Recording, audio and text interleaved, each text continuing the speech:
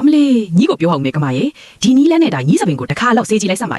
စပင်ရှေးလာလိုက်တာမှတားလို့တော့ရမှာမဟုတ်တော့ကမရေညီစပင်ကြွတာတွေလည်းအကုန်ပြောက်ပြီးတော့လေစပင်အရှိကဘလောက်တောင်မြင်ရှေးလာမလဲဆိုရင်ညီကြည့်ဆန်ပြီးတခုပဲကြစ်လို့အားရမှာမဟုတ်ဘူးတခုပြီးတခု10ခုလောက်တောင်စက်တိုက်ကြည့်နေရမှာကမရေလောက်ရတာကလည်းအေးအလွန်ကိုလွယ်လို့ဟဲ့အိုးတလုံးတဲ့ကိုရေတဖန်ခွက်ထည့်လိုက်ပြီးရင်လက်ဖက်ထောက်တစုံညင်စံတစုံညင်ပြီးတော့လှီးထားတဲ့ကြက်တော်နီလေးနည်းနည်းထည့်ပြီးတော့လေပွက်ကွက်ဆူအောင်ပါပြုတ်ချလိုက်ကမရေအေးသွားပြီဆိုရင်တော့အဖတ်တွေစစ်ထုတ်ပြီးခွက်တစ်ခုလည်းပြောင်းထည့်အဲ့ဒီထဲကိုညီအမလေးသုံးနေကြကြိုက်တဲ့ရှမ်ပူကိုထည့်ပြီးတေချာလေးမှုပေးလိုက်အောင်ကမရေအဲ့ဒါညတာညီစပင်ကိုစေးတာချလိုက်တော့ကမရေတခါတည်းသုံးယုံနေတဲ့ညီစပင်တွေကလေသူ့အလိုလိုတရက်ဆက်ရှေးလာတယ်လို့မျိုးကိုထူထူတဲတဲနဲ့တန်မာပြီးရှေ့ထွက်လာမှာကမရေဒီထက်ပိုးဆုံးတဲ့နီလာနေတိကျသေးတယ်ဆိုရင်တော့ငါအကောက်ထဲကိုသာသွားကြည့်လိုက်တော့ကမရေစားရငယ်မို့ကြီးအမလေးကမကြီးညီတော့ကလည်းဈေးကြီးတဲ့ရှမ်ပူတွေအတွက်ပတ်စံတွေအလကားဖြုံးနေကြနေတော့ရေကြက်ဥကိုဒင်းချင်ကျဲကျဲလေးနဲ့ဒါရောဆက်လိုက်စမ်းပါရေညီစပင်ကျွတ်တာစပင်နှစ်ခွာဖြစ်တာတွေအကောင်လုံးထာဝရပျောက်သွားပြီးတော့စပင်သားတွေကပြောင်လက်တောက်ပလာလိုက်တာမှညီကိုတော့အံ့ဩသွားလိမ့်မယ်ကမကြီးအရင်ဆုံးကြက်ဥတစ်လုံးကိုယူပြီးတော့အမြုပ်လေးတွေထလာတဲ့အထိတေချာခောက်လိုက်အောင်ဟဲ့ပြီးရတော့ဒင်းကျဲအရေဂရန်တရားနဲ့ကိုမှုလက်ဖက်ရည်စုံတစ်စုံကိုထည့်ပြီးတော့မှအားလုံးကိုတမသွားအောင်တေချာလေးမှုပေးရမယ်နော်ကမ